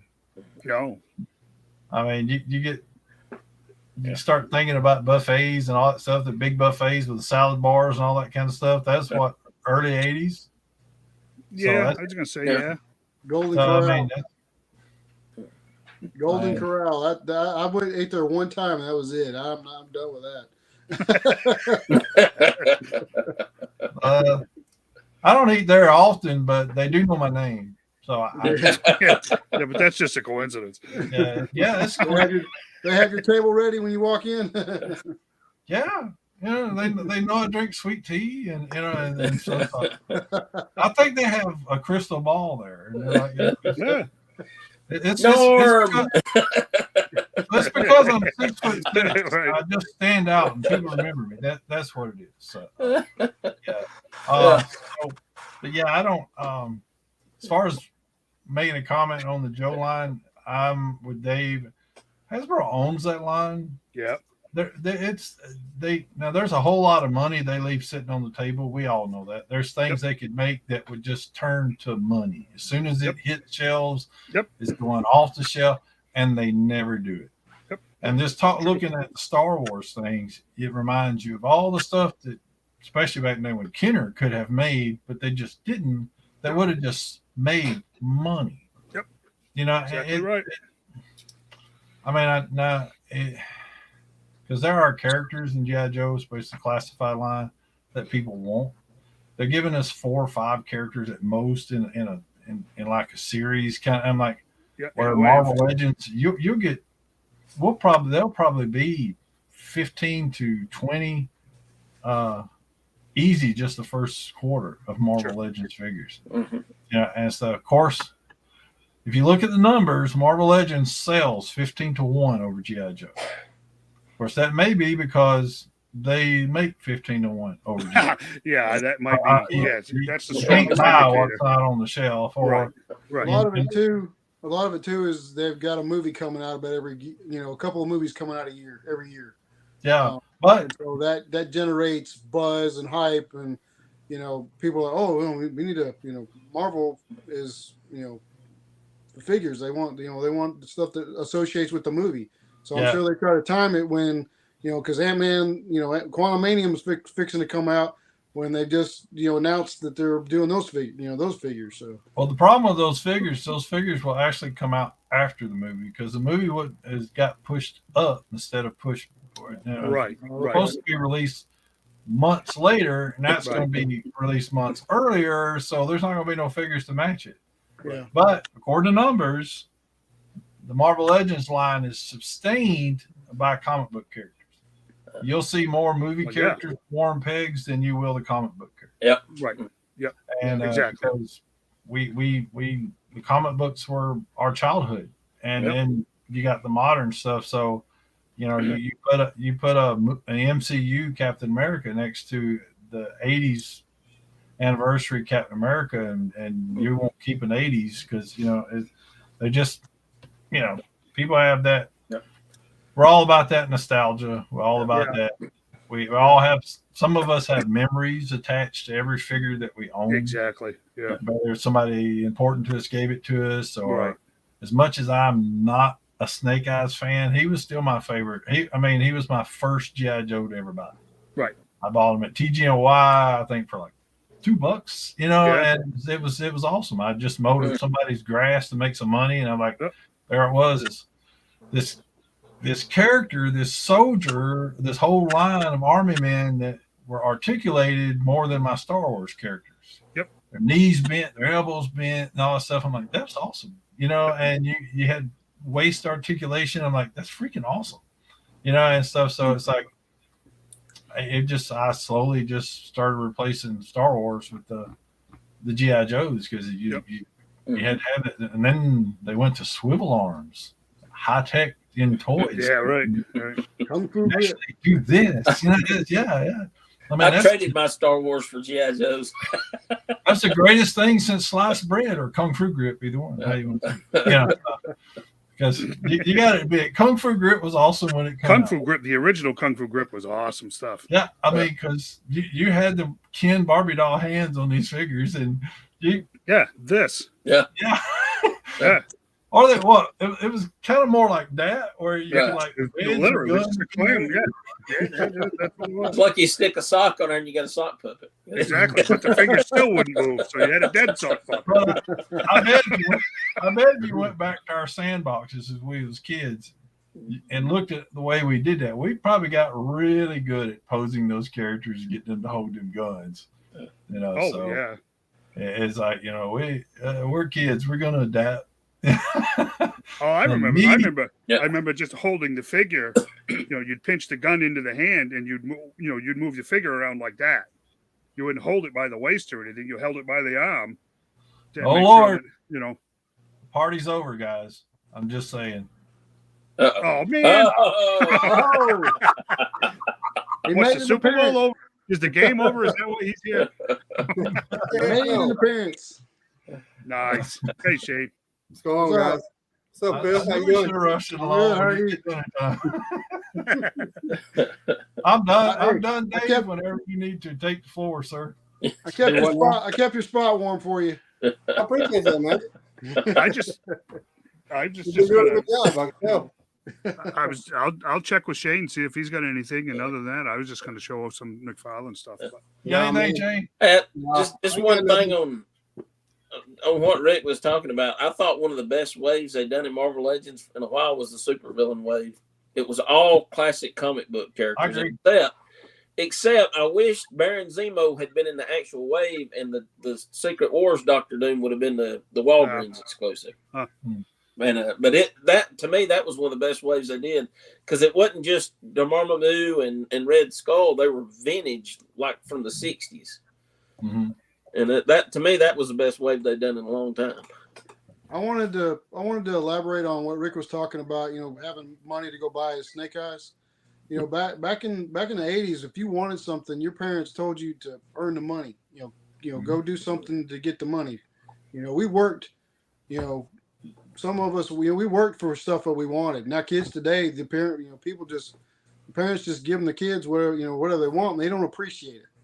We appreciated our stuff because we put time and money and effort into getting the things we wanted, and they don't have that now. mine do. Well, Very Little few beggars. far I've had between. enough of it. No, this is number 5 and 6 for us, the boys that are here now. I've been raising kids for 34 years. These little beggars don't. You work for it. You earn it. You want it. You earn it. Yeah, That exactly. explains why you have no hair. Well, that would explain some of it. Yeah, Yeah. You can feel both, I guess. that's right. Every time I get a white I hair, feel- that's one of my kids or my grandkids. I got white hairs coming out, so Yeah. I know Shane got a cool female figure the other day. Yeah, Rick got me a Ketra Oh, nice. Masterverse. Yeah, I did pick up a few things this weekend, just not a lot. I got a complete wetsuit, vintage wetsuit. Oh, very good. nice. That's pretty much it. Got some things in to finish the boat I was doing.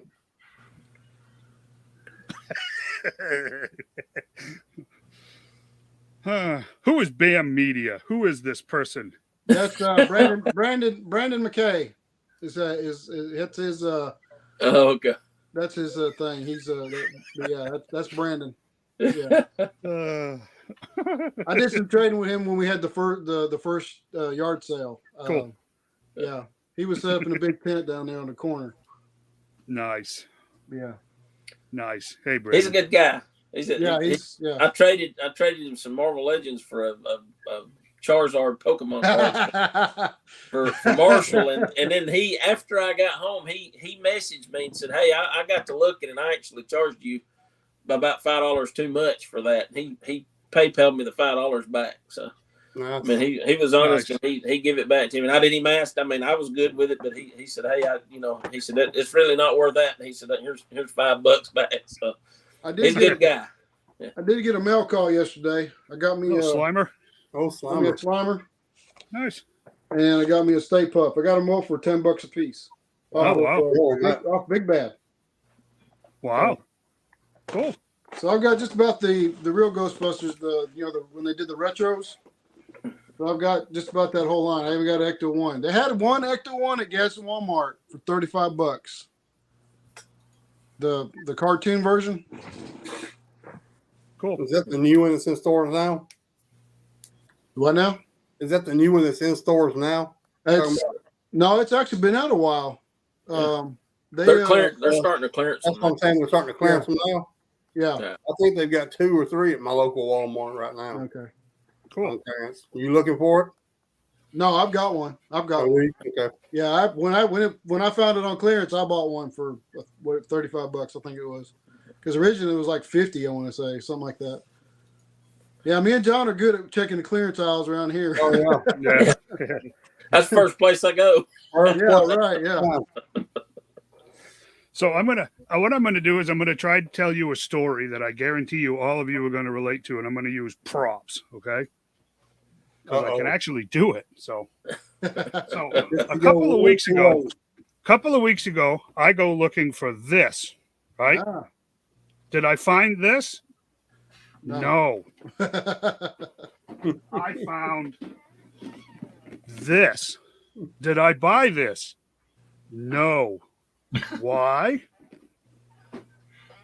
Because I hadn't seen these. Right? Hadn't seen these. So, nothing, right? Forget it. So then, I actually find this. Did I buy it? Yes. And this, did I buy it? No, because I still hadn't seen these. Now, the next day, I see these. Did I buy them? No, because it didn't have this one. So I go back and see this again. Did I buy it? No. Because I'm looking for this. The next day, I find this. Did I buy it? Yes. Then what did I do? I went and bought these. And then what did I do? I went back and bought this. Now, mind you, that short, lovely little story is about a month worth of hunting. And I know you guys have all done it with this Build-A-Figures, especially. I have passed on Build-A-Figure waves knowing that I couldn't get the fourth one. And then all of a sudden, the three that you could find forever and ever, you can't find anymore. And then guess what shows up in number? The fourth one. Yep. That's McFarland. This wave right here, they're not connected as far as a wave, but the storyline is completely interconnected. But it was just like, well, if you're going to end up talking about the Build-A-Figures are $25 now, a Mega Figure's $40. You're $150 in, right? If you're going to end up with one short, I've gotten to the point where my money says I can't do that anymore, right? And I think a lot of us are getting kind of the same place where if we can't finish a wave that's really well interconnected, we're just going to skip the whole wave. So these guys have got to get better at their distribution, and this short packing stuff has really got to stop if they want to keep these lines alive, if you want my honest opinion, because we will stop passing on entire waves if we don't think there's a chance in us finishing them or having to go to arms with scalpers over the short pack figures. You see what I'm saying by that? And I know we've all been there. Yeah. And it's just getting old. McFarland is doing a great job. And if you want my honest opinion, he's doing better than any of the other manufacturers with this. But his timing can be really, really bad as far as their assortments, because there has been a ton of times where the fourth figure in a 4-figure wave shows up way after the other three are long gone. And it's a crapshoot whether they're going to be the peg warmers or not. Like this wave right here, Rick and I have talked about this one repeatedly. This is the Solomon Grundy wave. This Ra's al Ghul, which if you go into the electronics department at almost every Walmart, you'll find Ra's. Mm-hmm. The Penguin, which is apparently made of unobtainium at this point in time, because there were some of them around, and there are exactly none of them around anymore. Right? Now, this Arkham Batman was pretty common. Now he's disappeared. And this new pickup, the fourth, the Catwoman, I had to order from Walmart.com because I have zero faith that this figure will ever show up in the stores. So I managed to complete the wave. And because it's Solomon Grundy, I was going to complete this particular wave no matter what. But it's getting old quick when... I guess what I'm saying is literally when we're talking, our figures have gone up a couple of bucks, right? That's not commensurate with the inflation on everything else. It's way below what with the increases that we're paying for everything else in our lives. But it's still, we're paying a premium. And if we're going to really genuinely be paying a premium for this stuff, they got to get it. They got to do better than what they're doing. They just have to, because this isn't a cheap hobby anymore. By any stretch of the imagination. When, like I said, I show you those figures, that's, I'm not even counting the money and whatever in time running back and forth to run them all down. That Darkest Night wave, I got $160 dumped into that. That's premium. That's premium money, if you ask me. I shouldn't have to run myself ragged to find one figure out of a wave like that. That's just not. And like I said, I passed on that Necron 3 times because I was not convinced I could get the other ones. And I passed on the 3 common figures twice because I was not convinced that I could get that 4th figure. When I got that, do they have like a ratio, like how many they put in a box, or when they ship them out, or? This has been my experience with McFarlane. The first time a wave comes out, I think there's 6 figures to a case. They just load up 2 of each of the first 3 figures, however he divides it up in that particular wave. Yeah. And then it's like a 0.5. When the second half of that wave comes out, which is usually the 4th figure, it's an assortment. But they're still short packing that 4th figure. Yeah. And you can't do that anymore. That goes from collectability to a hassle to I'm not going to bother.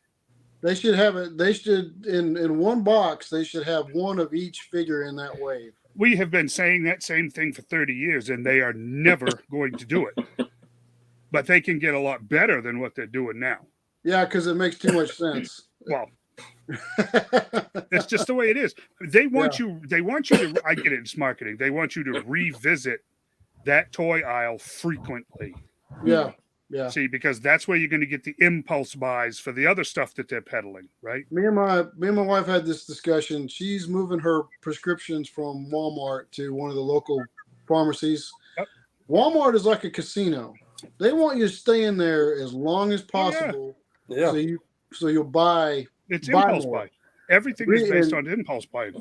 Every time she's going to pick up her medicine, they don't have it ready. Even when the notification, she gets notification saying it's ready, they still don't have it ready. So what does she do? She goes and looks around, and to kill time waiting on her medicine. So she she buys stuff that really don't need to be buying, and so she decided that she was not going to get her medicine there anymore.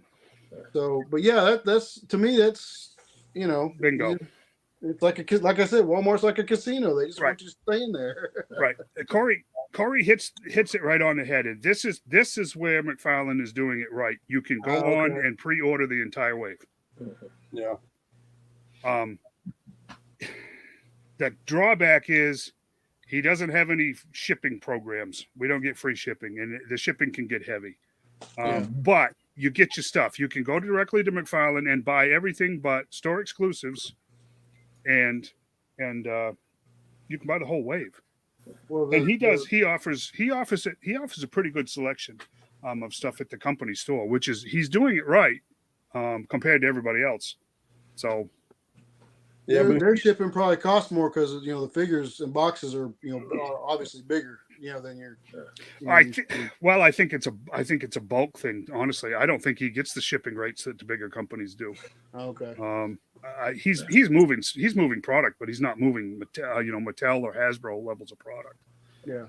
He's got 3 lines going right now. So But if you figure in your gas, going back and forth multiple times looking for that figure, the trip is about the same. That's with inflation that's being down like it is and all, you know. Right, Shane, you're hitting it right on the head, and that's why I said we're rapidly moving from collectible to hassle. Yeah. Mm-hmm. Right, and it's not because we're never successful. It's because it's costing us so damn much. Excuse my French, but it's costing us. Yeah, you're right. Inflation is down, y'all. Yeah, I heard that too, and then I went to the store. Yeah. I don't believe nothing they tell you. Yeah. No, but I mean, like this figure here. This is awesome. This scarecrow. I ordered it from Walmart.com because, again, I was never going to find this figure in the store. And believe it or not, the Todd father, Scarecrow. The Todd father, his store has been sold out of these for about 6 weeks. And they happened to hit on Walmart, and I got one. Yeah. This is an awesome figure. This is a serious Scarecrow. But anyways, he's at my local Walmart. Is he? Yeah. Yeah. And I blame Walmart for that because they're terrible. Well, this is how this happens with a lot of lines, and that's actually why Shane created the group, was to try to network us all over this state to try to help us get this. Exactly. Right. It's paid off in groves for me. Me too. Me too. I mean, so I would love to help. I would love to help out more, but there's times when I don't have the money to pick up. You know, one of y'all go, hey man, have you seen this figure or whichever? And I would be, hey man, I'd love to help get it, but I don't. Most of the time I don't have the money to get it to. Well, Phil, if you get cash out. Phil, if you get cash out, most of us can cash app you that money right then. Oh yeah, I don't have Cash App. The only thing I got is PayPal. I can PayPal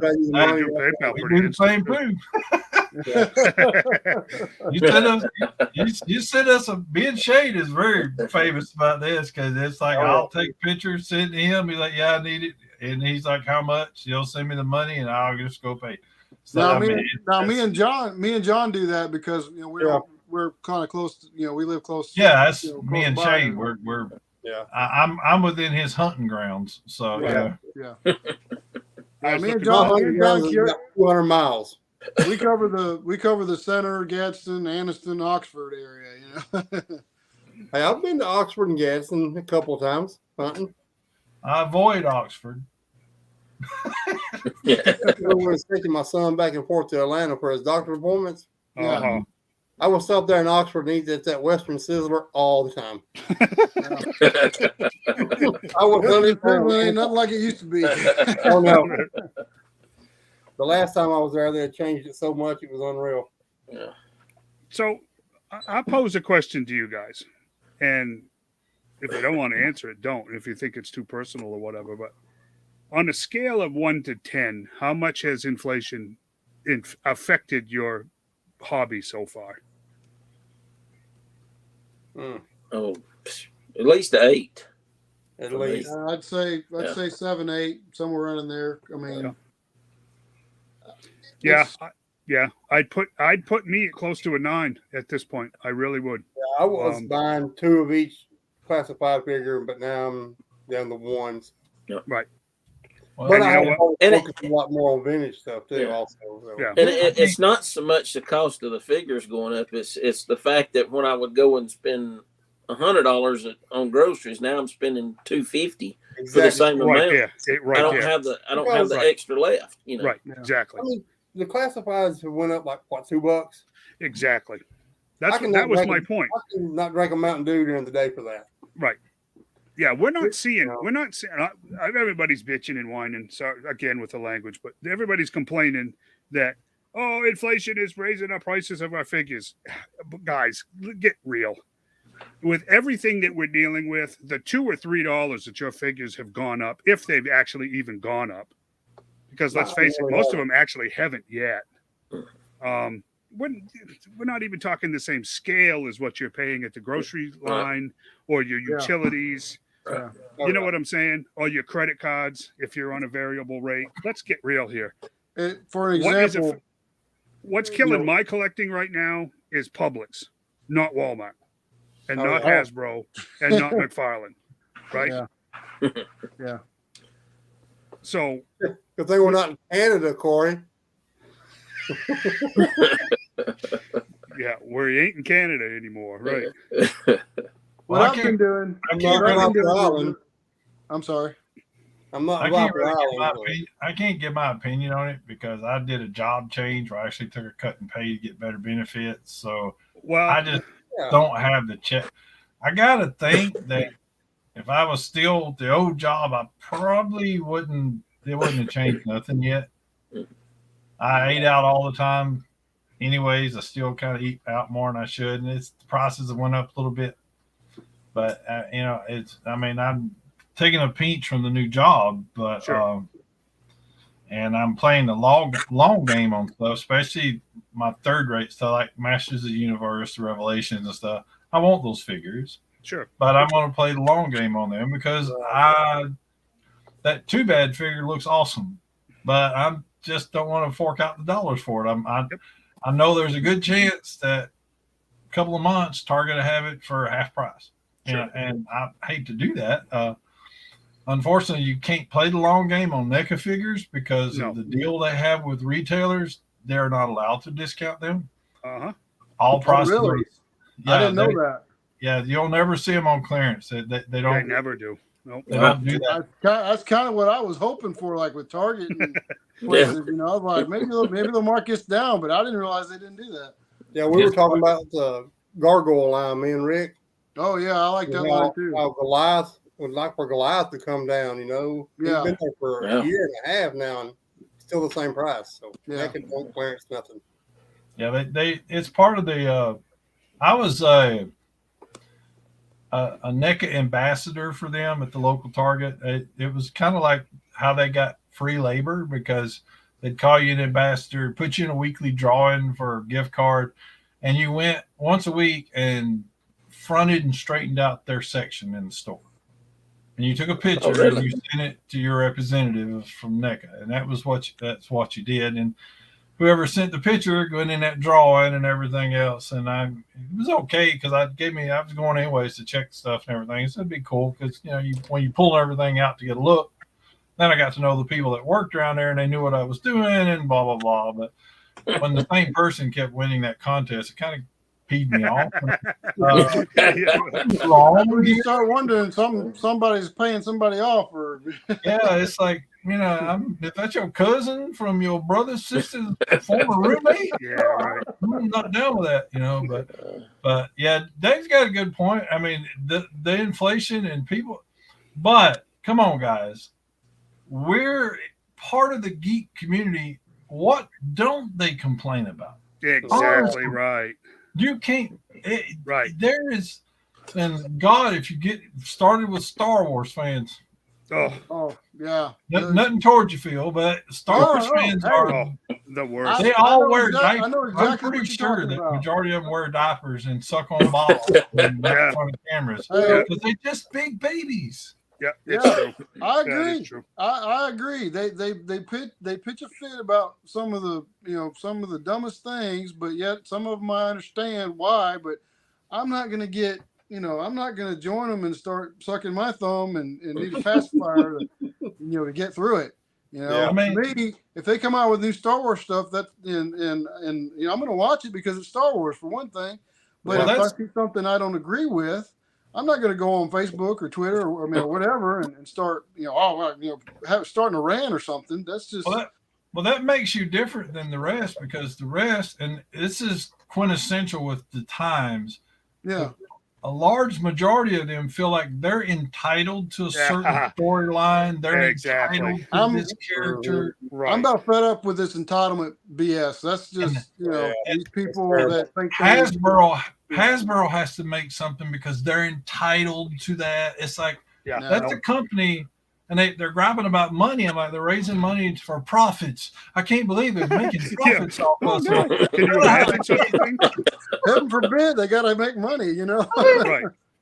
was like, well, they don't have to make as much profit. I'm like, did your money go? And this conversation got me booted out of a group. The guys are just, funny how you can get insulted, but you can't insult back. You get booted, and that's just not fair. Because I've always compared Star Wars fans with Alabama fans, because when Alabama's doing really good, people are, yeah, all right. When Star Wars is good, yeah, all right. When they start doing bad, it's like, forget them, kick them to the curb or whatever and all that, so. Fair bandwagoners. You can't make them happy either bandwagoners because it's like the collector thing. So the meme with the crazy preacher, you got a lot of people that are collecting these figures just to be a part of this community. They don't care about these figures. They don't. That's right. They don't care about anything. I got attacked in a group because I asked what it was about the Stalker figure that they liked so much because they were going on and on about it. And it's like, oh, it's representation. I'm like, oh, okay, so it's political. Well, you must be racist because you saw it. I'm like, no, I thought it's like what? Because I hadn't got the figure yet. Everybody's talking about it and they're showing a few pictures. Oh, it's so great. I'm like, okay, it's just kind of basic. What's does it bend over backwards? Does it move? I mean, what does it do better than the rest? And I'm like, so we played politics in it. And I'm like, so I'm the bad guy because I asked, it's like, yeah. And then, of course, I was like, yeah, didn't he try to leave Snake Eyes behind, Yes. In the comic, yes. Heaven forbid you're allowed to have an opinion or like you say, ask a question or just, and I just, like I said, I didn't really read the comics. I didn't really read the comics and the cartoon. He was really not that big of a deal. He was kind of like Breaker and a lot of the others. They had their little segments. So I'm like, well, what was so great about Stalker? What did he do? And the only thing I remember was that silent issue kind of thing and around that area of the origin stuff. And I'm going, he tried to leave Snake Eyes behind. And I'm like, the guy's like, leave him, blah, blah, blah. And Tommy's like, oh, screw that. I got to see my guy, no man left behind, so like, kudos to Tommy there, and stuff. And he winds up being the bad guy, but I'm like, I just asked the question, you get attacked. And it's worse that you get attacked from people who don't really care about the line. They don't care. They have no drawback on these characters. Right. They didn't grow up with these characters. They didn't, stuff. And shoot, G.I. Joe, well, it's kind of a family thing, but, that's kind of where I raised my hand and swore my oath to Uncle Sam because the influence, Right, exactly. So they meant a lot to me as a kid, and they stood for something. Especially like Phil was talking about. I had to mow grass, rake leaves, stuff like that as a kid to buy my toys. My dad, I was old enough to walk. I was too old for toys. That was just. I've been working since I was 10. I mean, I've been, I had my late bloomer, huh? Slacker. Right. Slowed up, I'm sorry. I didn't get a job when I was 5. I couldn't find one. Child labor stuff, Yeah, I started at 3, and my job was uphill both ways. Give me a break. Oh yeah, in the snow. Hey, I had to deliver papers in the freezing rain. I went to the second grade part-time because I had to have a job for my beer and cigarettes. I don't know what you were doing so lazy about. He was in that child labor, go to school half a day and then work, go to the job the rest of the day, Hey, I went to school for like 2 days and I wrote my name on a piece of paper and the teacher couldn't read it. She wrote her name on a piece of paper. I couldn't read it. And I figured since I knew as much as she did, I didn't need to go to school. Right. We're both in the same boat. I'll see you later. What I've been doing is I have a secure credit card that I got through my bank, and I put a set amount on it. And what I've been doing is using it to do pre-orders, from Big Bad, Entertainment Earth, that kind of thing. That's what I do also. And so I just love Dorkside. Keep trying to pay my card down, a little bit every week when I get paid. It ain't much, but just to get it down so I can pay for that next pre-order that comes out. But the whole reason we are collectors, and I've said this several times, I'm sure, it's all about the hunt. That to me is why we do what we do. We like the hunt, but like Dave's talking about, gas and prices of things have made it where the hunt has become difficult. We can't you got to put gas in your car to go hunt. You got to have money to eat or whatever. And if you want to go, you almost have to plan a trip if you want to go to another area to look for something, or a store. But yet that's why we have this group. Is if somebody's in that area and say, hey man, I found such and such, are you looking for it? That kind of thing. Now, if you have the money to do that and to get it, then that's great. But like I said, there's times when you don't have it to pick it up to help that to help your friend out. And, no one's expected to do that, man. I didn't. Oh no, it's not a requirement. requirement. No, I'm not saying that. I'm not saying that as a I know bad thing. some people have that idea. That's what we created the group for, so we can all, buy for everyone. That's not what it is. No. That's cool. If you can't, that's even better, man. That's cool. Exactly. Right. But as long as I like the fact that we share a passion and we share a love of everything that we love to collect. Right. And that's then Well, it's good because if Shane says, "Hey, look, I seen this figure at Walmart today," then I know I can start looking for it because now it's starting to hit the area instead of wasting gas every day going looking. Exactly. Right. But because since COVID's killed the hunt. I mean, go in for 3 months. I go in and see the same thing in the store every time, and nothing new, nothing. Yep. And good Lord, the end of the world, there'll be cockroaches and skelegod will be the only thing left on this earth. I can't. I mean, and he'll be holding a Twinkie. He'll be holding a Twinkie. Let me show you. I want to show you guys something. John might recognize this. You recognize that? The umbilical cord. I made it. I was going to say it looks a lot longer than I remember. It is. It is. The original's 14 inches long. He's going on one of those extra long spacewalks. See, this is us. I'm being serious. This is us changing. This is us changing the hunt. This is us adapting our collecting, because if you can find one of these umbilicals, it will cost you well over $100. Yep. Okay.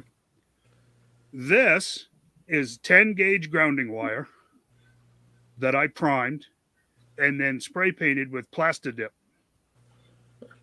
the plastic tool cover, right? So it's like vinyl sleeved, solid copper wire that's never going to bend, never going to break. It's never going to crack, chip, peel, or anything else. And now I have an umbilical. It was an experiment, right? I've got maybe $15 in this, right? Mm-hmm.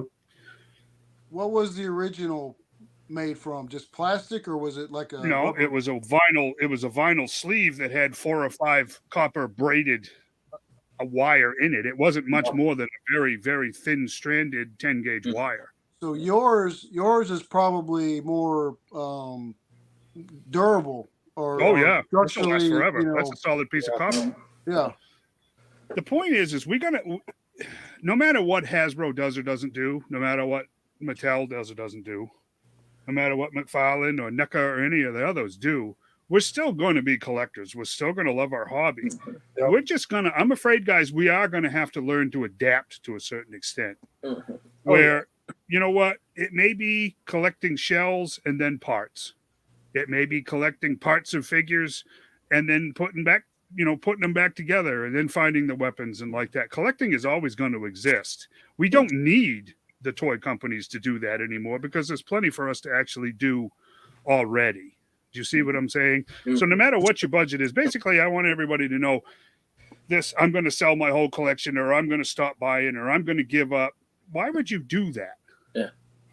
Why would you do that when you can adapt? Yeah. Maybe the hunt for you is to complete something, not to find something completely new, but to complete something that's old. Mm-hmm. Yeah. What's wrong with that? I would rather focus on some of the older stuff because, it's like what we were talking about. See? That's the stuff we grew up with. Look, the same stuff that we're fretting over being new and mint and box in the stores right now. 30 years from now, somebody else is going to be fretting over. Oh yeah, yeah. You know what I'm saying? It's just a matter of time. In 2025, Hasbro goes belly up, and there's never another child's toy made ever by anybody anywhere. Collecting will live on. This kind of clickbait stuff, Yeah. you know, end of the world, Chicken Little stuff.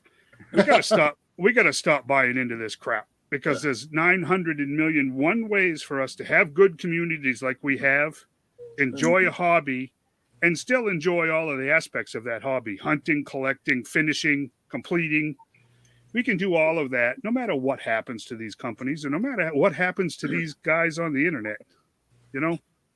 So just, I mean, it's crazy to me. Questions keep, I'll take it. I want to, there's one line that came out back, I guess it was in the 90s. Do y'all remember the Biker Mice from Mars? Yeah, that's being revived too. It is being revived? Okay. Yeah, it is. I was looking on eBay at Biker Mice from Mars. Oh. Yeah, I was looking on eBay at some of what some of those were going for, and some of them are pricey if you want a complete vehicle or complete figure, that kind of thing. But I just thought they were cool because, well, for one, I like motorcycles, and I know Dave, you're a biker. I was for a long time.